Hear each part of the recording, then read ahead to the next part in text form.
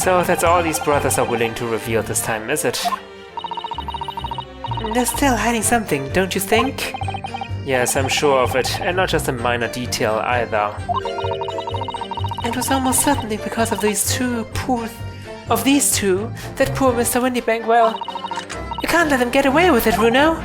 I know, but I get a feeling that there's even less evidence at my disposal this time to prove that they did it.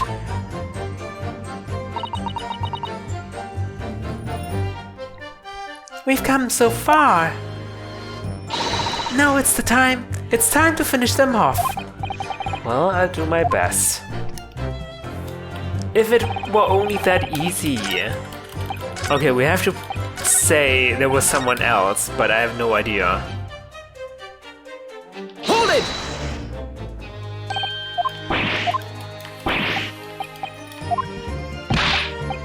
Yeah, okay.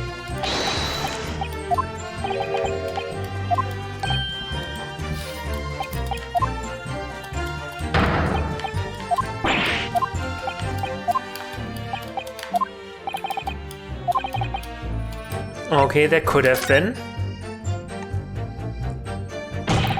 Mr. Skulkin. What? What did I look for? From the moment you admitted that you did encounter the victim face to face that night, the course of this trial changed completely. It did? What is your point, my learned friend? Don't call me friend. The question we must answer is, who could have shot Mr. Windybank? And it is the belief of the defense that the defendant is not the only possible answer at all.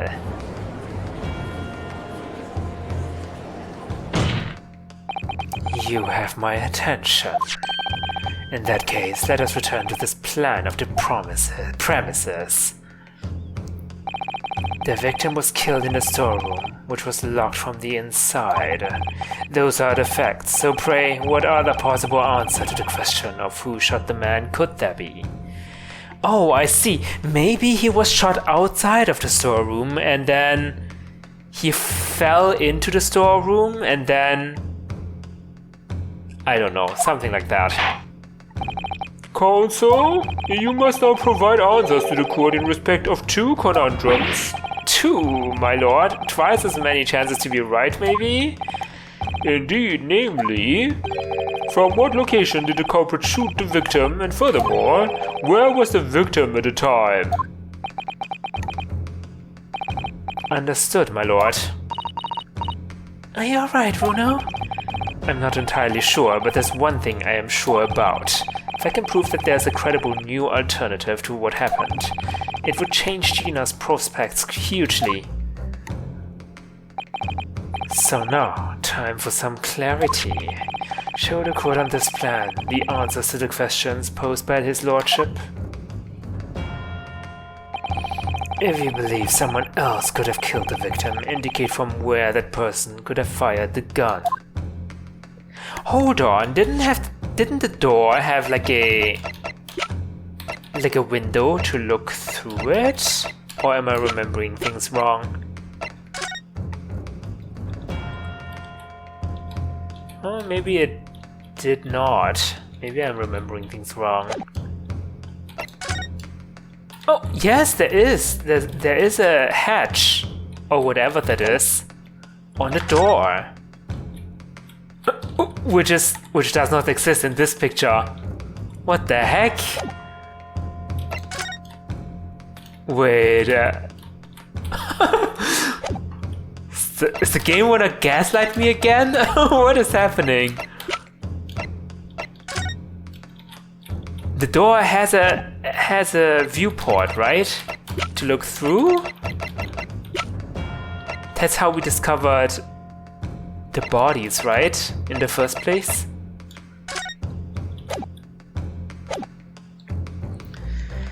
Where the person could have fired a gun. Could have been here.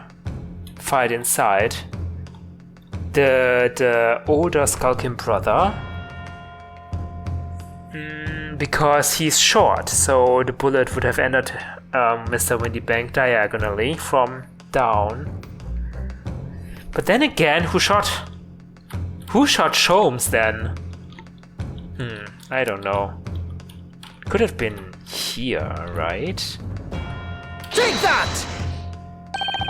The defense believes that the culprit could have shot the victim from this location here. And in answer to the second question, assuming the culprit fired from the location indicated, where was the victim at the time? Well, he was inside, right? Take that!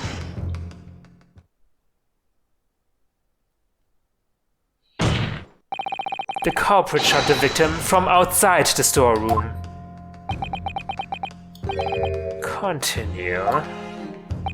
Mr. Wendybank died instantly from a bullet wound in his back. Looking at a stain of blood on the storeroom floor, it doesn't appear that the body was moved after death, which tells us that he was almost certainly shot while he was in the storeroom. However, the crucial point is, where was the shooter when the fatal bullet was fired? So you are adamant that the shot was fired from outside the storeroom? Well, according to the Skulking brothers' earlier testimony, I put my gun on him and then he legged it through the door into the back room. If Mr. Wendybank ran away through the door, we have to assume that the door was open at the time. Oh! It was at precisely that moment, when the victim was fleeing for his life, that these brothers had a perfect opportunity to shoot the man in the back once he was inside the storeroom. Yeah, the door would have been open, okay. Then the hatch on the door doesn't really come into play, I guess. No! Yeah! Come to think of it, do you remember what the prosecutor said at the start of the trial? Moving on to the findings of Scotland Yard's coroner, his report states that the bullet entered the body on a rising diagonal trajectory. It means the victim was likely shot by someone significantly shorter in height than himself. Poor man, shot while he was running as fast as he could to safety. Of course. He would have been leaning forward as he was running away. Oh, okay. Okay, so it wasn't the older brother then, the short one? So even if the bullet was fired horizontally, it would still have entered his body on an upward trajectory. So the culprit isn't necessarily someone shorter than Mr. Wendybank? Objection! I'm sure my learned friend can't have forgotten that the storeroom door was found closed and locked from the inside. You claim the victim was shot as he fled into the room. Do you also claim his corpse was dexterous enough to turn the key in the lock? But what if someone else locked the door? Yes, there's someone else who could have locked the storeroom door. Is that so? Very well then, counsel. Present your hypothesis to the court. In the scenario just described, the defense's assertion is that the victim was shot from outside the storeroom. In which case, who shut and locked the storeroom door from the inside? It would naturally be the only other person in the storeroom. Gina? Maybe she was scared and then locked the storeroom door? Take that! Obviously, the person who locked the door was the only other person inside the storeroom at the time. The defendant, Miss Gina Lestrade. Objection! That's absurd. You're suggesting that the accused deliberately engineered the sealed room? For what possible reason? Such actions would only serve to tighten the noose around her neck. I am inclined to agree, I must say, well, counsel? Yes, that's a tricky one, that, isn't it? What am I doing? Vague notions have no place in my courtroom, counsel, remember that. But of course Ginny would have locked the door. It almost goes without saying, doesn't it? It does? Yeah, she was scared. Well, if I was Ginny in that situation, I know I would have locked the door as quickly as I could.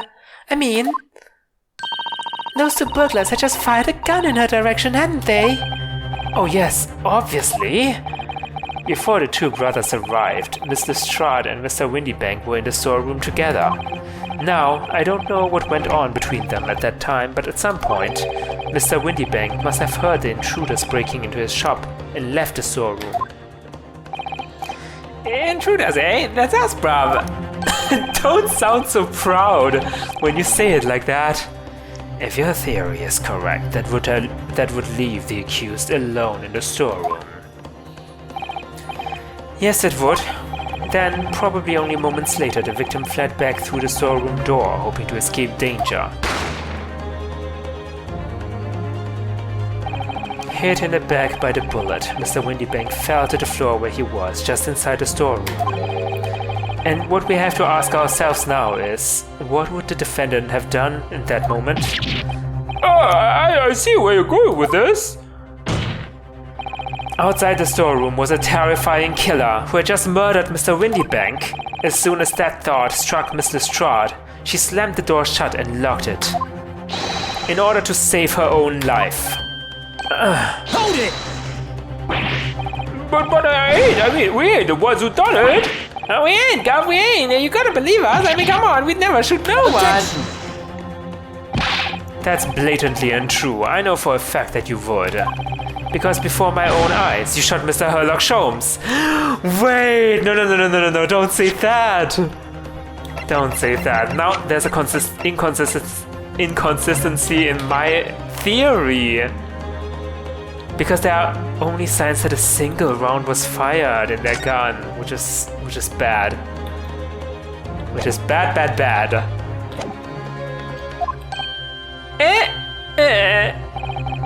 There's only one logical conclusion here. Mr. and Mr. Skulking, you brothers had every opportunity to have been the true perpetrators of Mr. Windybank's murder.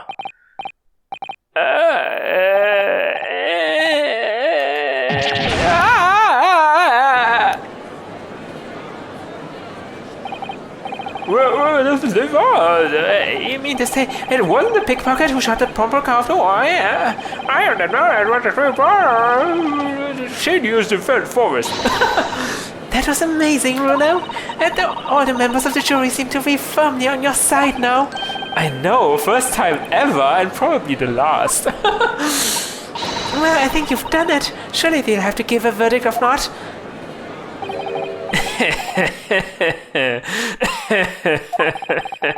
An admirable effort, my learned friend. What's this now? He's laughing? You find the situation amusing, Lord Van Zeeks? I myself find the defense's argument most persuasive. I dare say. Such chicanery is the bread and butter of the street performers in your provincial eastern nation. But such blatantly malicious, conjuring tricks amount to nothing more than an inexcusable pettifoggery here. What? The hypothesis you put forward so ostensibly credibly cannot and will not stand. Because, you see, it contains a fatal flaw.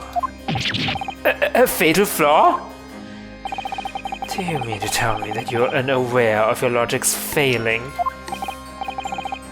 I say, Lord Van Zeeks, might be an idea to explain this bally conjuring trick or whatever it is to the troops on the ground, The fatal flaw in my learned friend's argument is really very simple to understand. Assuming you're not too dim-witted to count bullets. But count bullets? Oh dear. He noticed then. You noticed too? What's everyone talking about? Come on, Ryunosuke, don't be like that. You're smarter than that, Counsel. Yes, sir? Tell the court how many bullets were found at the scene of the crime. Two bullets. Correct. The first, that which hit the victim in the back, ending his life. And the second, that which struck the detective, Mr. Sherlock Holmes, on his arrival at the scene. Indeed. The defense presented a picture showing the damage caused by the second bullet earlier in the proceedings.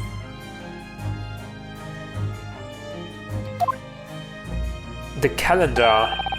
The bullet which conjured Mr. Holmes appears to have passed through his body to strike the calendar. Your Lordship's understanding is correct. Furthermore, we know there are 2 firearms involved in the incident. The revolver belonged to the victim, Mr. Windybank, and the Skulking Brothers' revolver.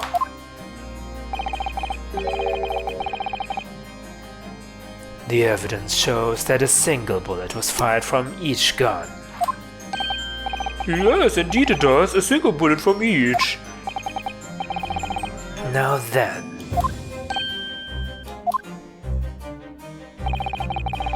You yourself told the court only moments ago that these 2 brothers shot Mr. Sherlock Holmes right before your eyes. Why did I say that? Why did I say that? Yes, I did. Oh my goodness, I think you'll find that if the single bullet was fired from the brother's gun hit Mr. Holmes, that means... Windybank was not shot by the same gun. Stop, only 1 bullet, stop. Exactly. Yes, this Nipponese street performer presented an ostensibly credible argument. However, it was never anything more than a diversionary trick with no hope of standing up to scrutiny.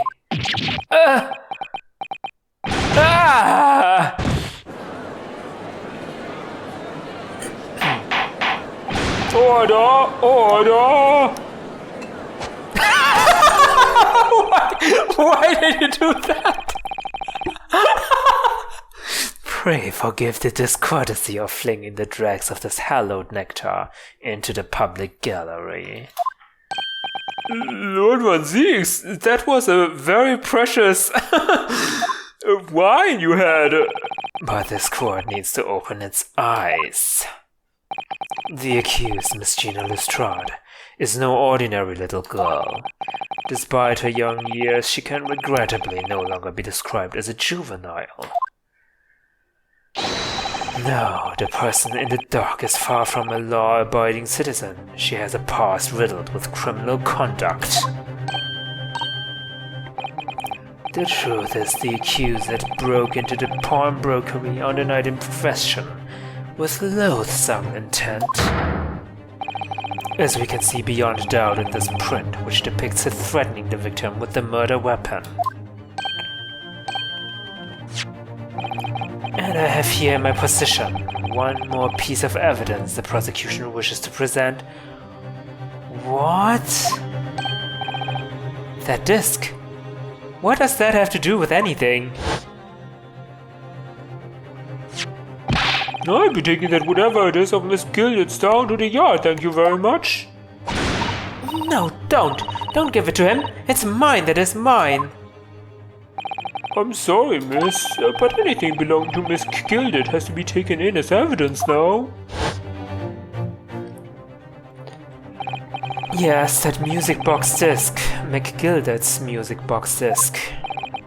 The very day before the hateful murder of Mr. Windybank, the accused attempted to make off with his article, which clearly doesn't belong to her.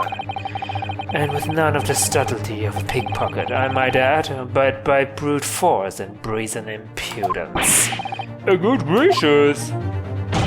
Make no mistake, any sympathy for the accused, on account of her years, is misguided and dangerous. There are no depths to which this girl would not stoop if pushed, no crime she would not commit. The court forgets that fact at its peril.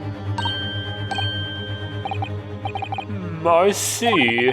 I think it would be prudent to take this music box disc into evidence, counsel, as a grim testament to the... Lord Van Zieks, Inspector Gregson, what? Yes, Inspector.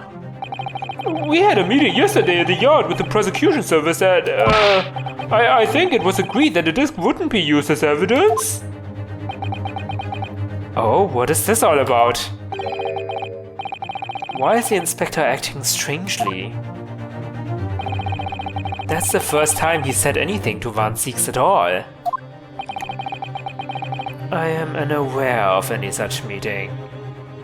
What?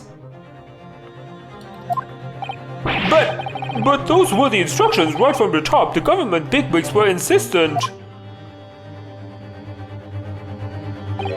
Inspector, I am the prosecutor and I alone determine how I should present my case. Thank you very much. Your warning is noted. Thank you. The prosecution wishes to proceed with submitting this disc as evidence, my lord. Indeed, Belief, Okay, why is this evidence? I don't get it. This has nothing to do with this case, but okay. Let's look at it. Why do we have this as evidence now? For McGilded. For McGilded? That's the man you defended in court a couple of months ago, isn't it, Runo? Yes, or rather mistakenly defended. I wonder what his name is doing on the back of his disc. That's a question I'd love to know the answer to myself. Iris, can you analyze this blood for me? Oh, Runo, look! This is blood! Yes, you're right. Just a small smear, but definitely blood. Actually, I feel as though I might have noticed that before. Then it's my time to shine again. I thought I'd be waiting forever. Alright, hold still with that disc, Runo. Can we get this done quickly, Iris? In a flash.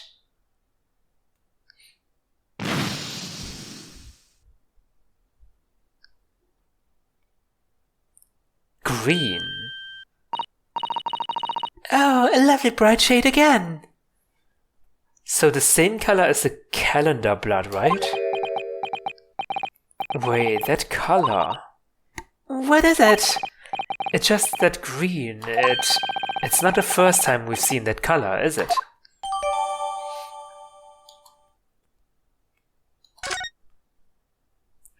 Yeah. I think the calendar was also green, right?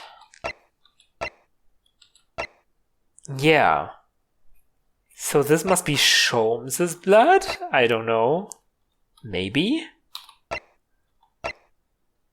Or it is not Sholmes's blood and this bullet was not the bullet that hit Mr. Sholmes. That also could be a theory. But whose blood is it then?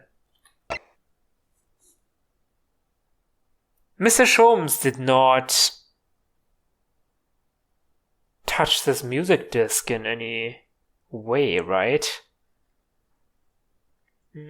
I mean, he did something with the chocolate, right? But then, was the blood already on there then? I think it was, but I can't say for sure. The prosecution has established the accused's motive, opportunity, and baseness of character. There's nothing more to add.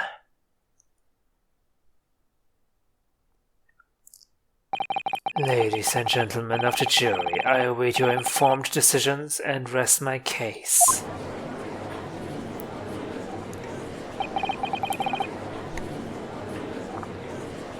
I don't believe it. I had the jury on my side for once, for all of 5 minutes. Oh dear, it wasn't even for 5 minutes, Runo. Don't add salt to the wound. My lord! Oh, my lord, what if I might say something at this point? And proceed, Mr. Foreman. Been stumbling about in a bit of a fog up to now, if truth be told, but all of a sudden... The answer's morally obvious to me and my men. There's only one thing for... Oh no, please don't. Please don't. Very well, the court will hear from the jury. Ladies and gentlemen, you will present your leanings to the defendant's culpability. Guilty. Oh my god. Guilty. What? Guilty. Guilty. Guilty. Guilty.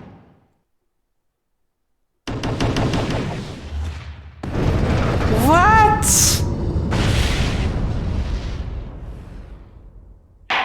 Okay, that is completely unfair. We have to do a summation examination. We have a consensus among the jury, it seems. When you have eliminated the impossible, whatever remains must be the truth. That's my line. I wrote that for Hurley. Wait, Chose didn't say that? You said that, Iris? How dare he use it against us? Don't worry, Iris. I don't think we're finished yet. There's still more to this case than we realize. There must be, because there's one thing that I'm absolutely certain of. Gina did not shoot Mr. Windybank. That's beyond any doubt. Whoa! Quite a conviction I have there. Very well. We will proceed with the second summation examination of the day, Mr. Foreman. Are you ready? Garrett Squadron is primed and ready for action, sir. Very good. So, ladies and gentlemen of the jury, you will each explain on what grounds you have now determined the defendant to be guilty.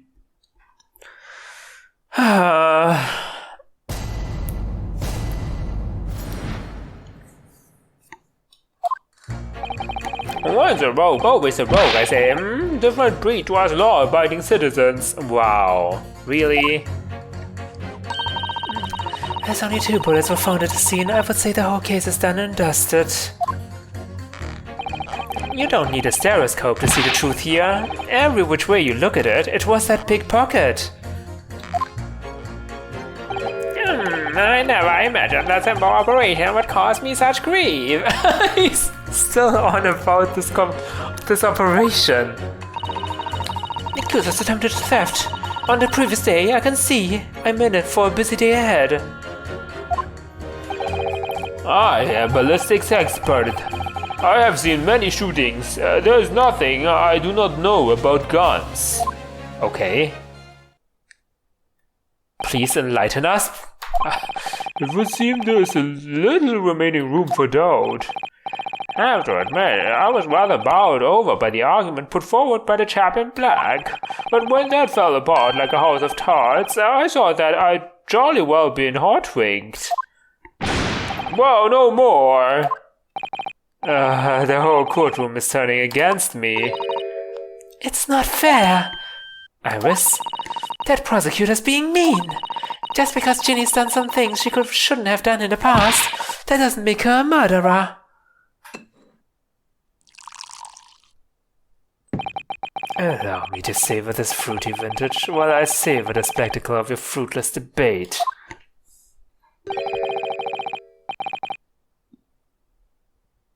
Here's to the truth coming out eventually.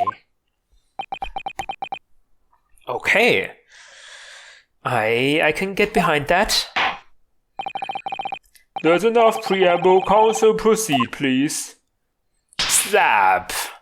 Not a double slap, just a single slap. Yes, my lord.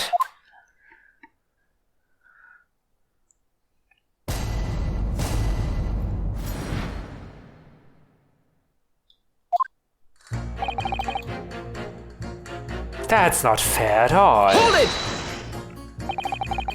Just because Miss Lestrade has a history of pickpocketing, she must be guilty of murder? Is that what you're saying? Are all members of the British Army so quick to judge? I beg your pardon? Are you mocking Her Majesty's Armed Forces, the greatest military organization in the world? No, I'm simply illustrating my point. Making assumptions about people because they are a soldier or a pickpocket is wrong and dangerous. Well, yes, might have a point there, I suppose. But let's not forget that the girl had already shown she had it in her from before. She's clearly a criminal sort through and through, can't deny it. When you say that she'd shown she had it she had it in her. Are you referring to this? Exactly. Try to swipe that only a day earlier, eh? Or am I mistaken? Not exactly. Given that I was actually there at the time, it's hard to refute that. I've never actually seen the real thing. I can't wait to have a closer look at it. We already did, Iris. What are you saying? Mr. Sholmes did use his caramel bars to make a copy of the disc, didn't he? And then ordered every type of music box he could find from across Europe. Maybe it's a secret code and not a music box disc. We still don't know what tune it plays though, do we? But I'd love to see how the original compares to Hurley's copy. McGilded's disc. Could it be a clue somehow? Perhaps we should examine it. Yeah, we Already did.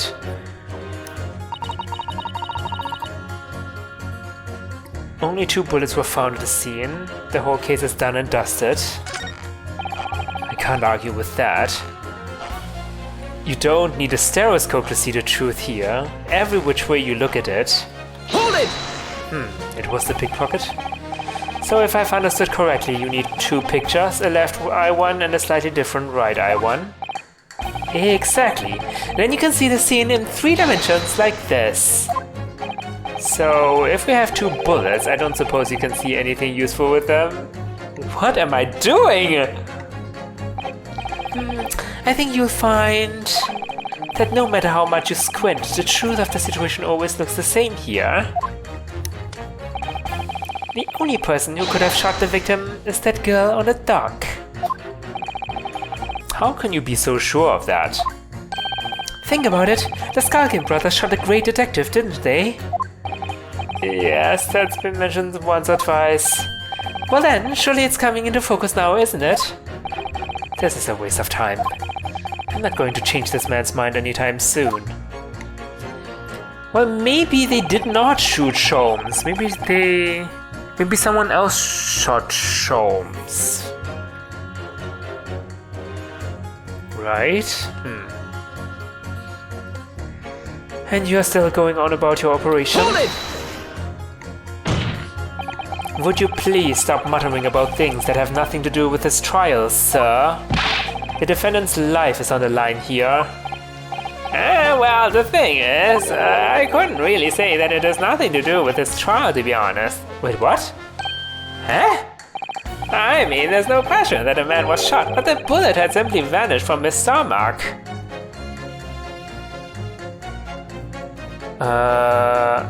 If he's talking about Sholmes,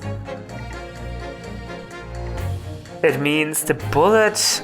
Yeah, I mean, the current theory is the bullet went through Sholmes and into the calendar somehow. Yeah, it's quite inexplicable, don't you think? I almost don't want to ask, but the surgery you've been muttering about all this time, you were operating on... what was the fellow's name now? Herr Leach? No, Herr Loch? No, Herr Loch? Herlock Sholmes by any chance? Yes, good lord! It was that Herlock fellow! What a coincidence! What? You're the surgeon that operated on Mr. Sholmes? That's right, using very latest anesthesia techniques, I might add. It was a fairly major op, I can tell you. This is crazy. Let me see, the fellow was brought in not long after midnight, if I remember correctly. They said he'd been shot by some criminal or other, so I opened him up like a shot. But the funny thing is, I went over his insides with a fine-tooth comb and couldn't find a bullet anywhere. And you left your surgical knife in his body? What? So I'm afraid I had to throw up my hands and just stitch the fellow back up. I hate to state the obvious, but... Yes? Surely that's because the bullet is still at the scene of the shooting. And the counsel for the defense is correct, as is clearly shown in this photographic print. The bullet that the Skulkin brothers fired at Mr. Sholmes hit him in the stomach region, then exited his body and lodged into the shop wall where the calendar was hanging by the door. Oh, that's me. Oops, sorry. I think you'll find it's really quite simple if you just consider the problem three-dimensionally. Who do you think I am, son? Well, juror number 4 is about the best I can do. As soon as I saw the wound to the man's stomach, I flipped him over. Like a pancake. Are you saying that you checked his back? Of course I did, and there wasn't a trace of injury, no sign that the bullet had left the body at all. So, but where's the bullet then? Wait, what? What? That's the point. The only logical conclusion was that the bullet was still somewhere in the man's innards, which is exactly why I said about slicing him up. And I'm still none the wiser, even though how many times I have to say it. Can somebody please explain how it happened? Can somebody please solve this mystery? You're the doctor here. It's almost as much of a mystery as how this jury was put together.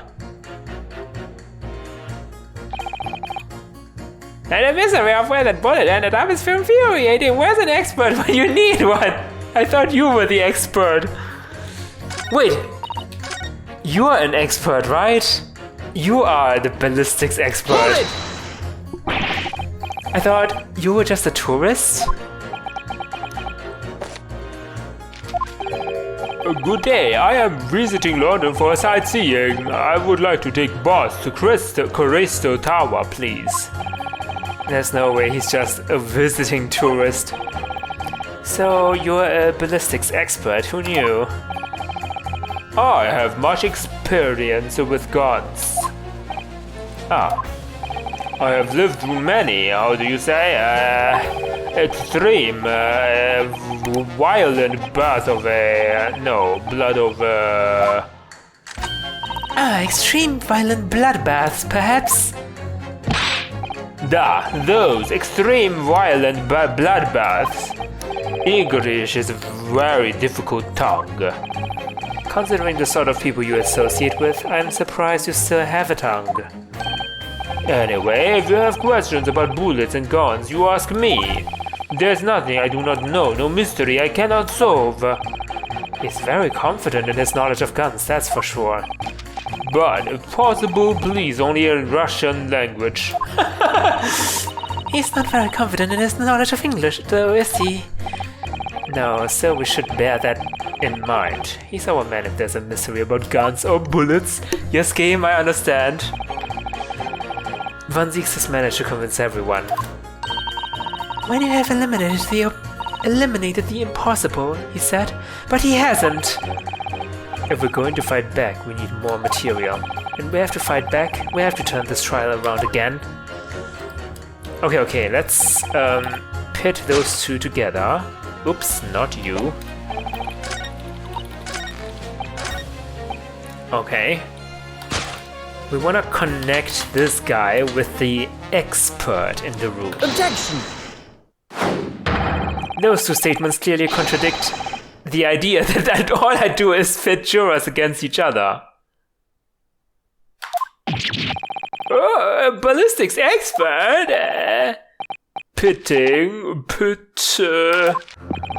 On the night in question, Mr. Sholmes was shot by one of the skulking brothers.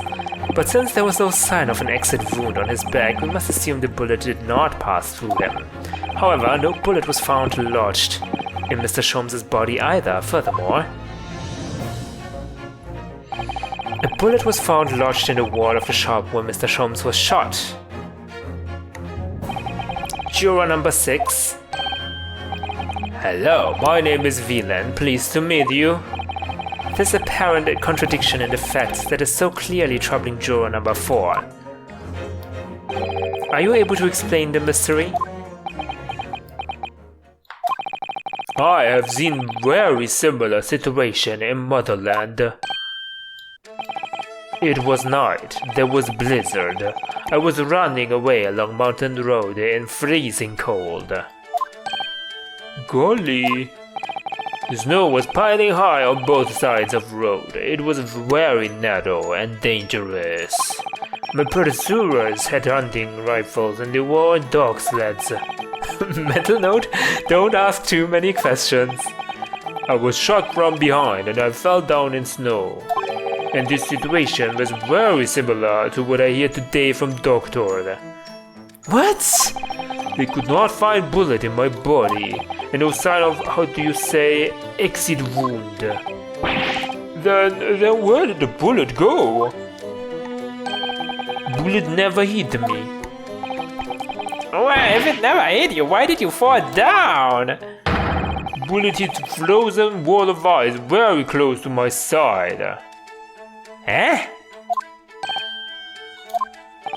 One small piece, very sharp, broke away from the lump of ice and pierced my body.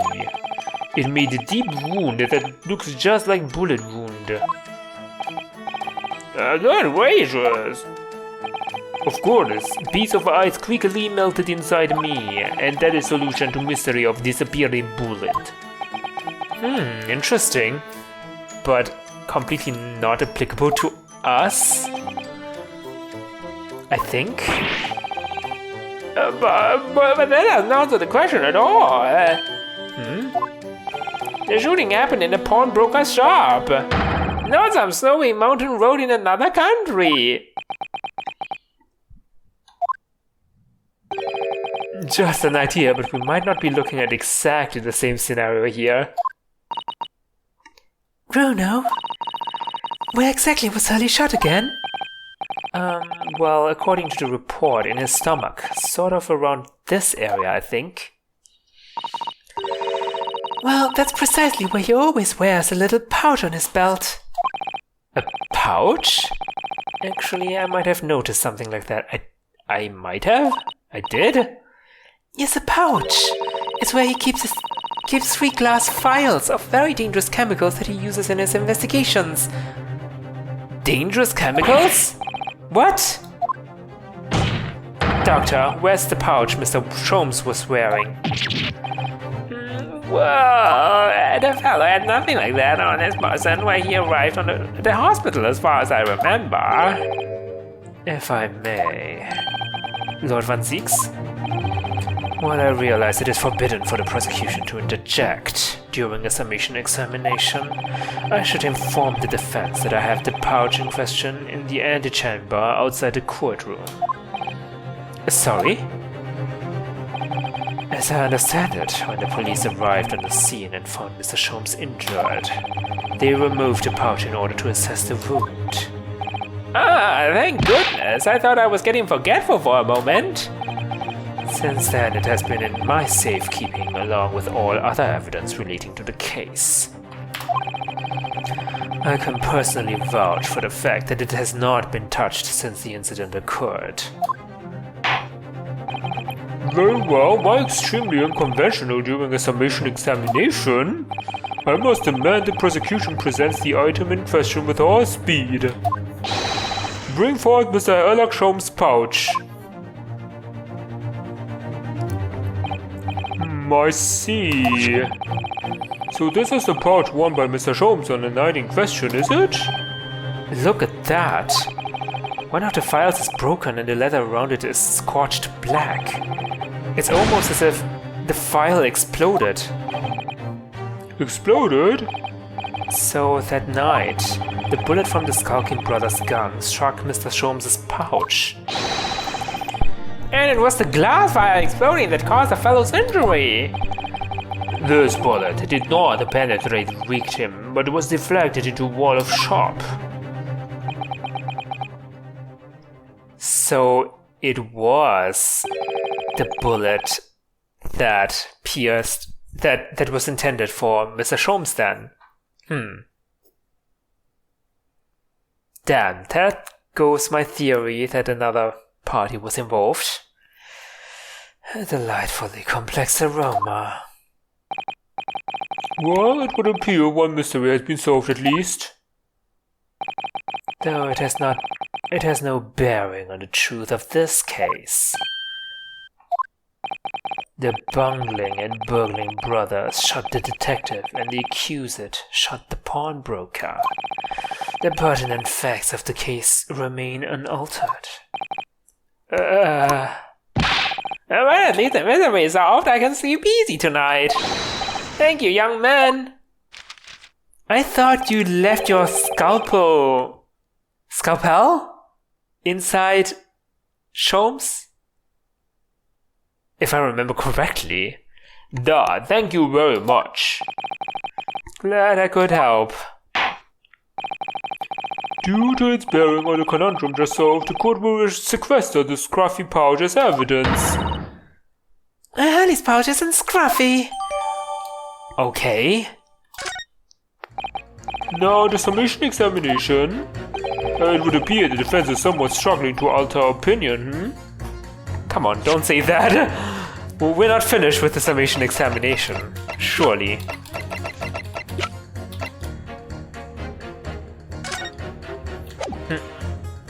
The pouch Mr. Sholmes was wearing around his waist. One of the glass files is smashed. Scorch marks. What are those scorch marks? Oh, that's the bullet. The file exploded because a chemical reaction maybe that produced like fire.